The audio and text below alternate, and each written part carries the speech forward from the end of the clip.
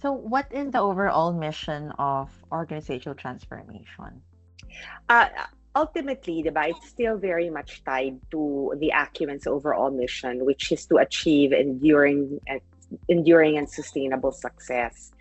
But if you recall, in our Acumen kind of framework of enduring success, there is a business side and there is a people side.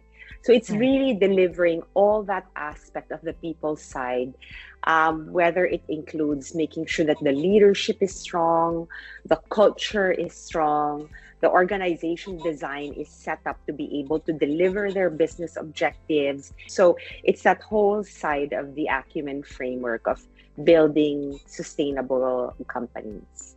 Very holistic yung approach nitong OT, no? Kasi it's not just Mm. transformation of certain areas of it. It's the whole thing talaga.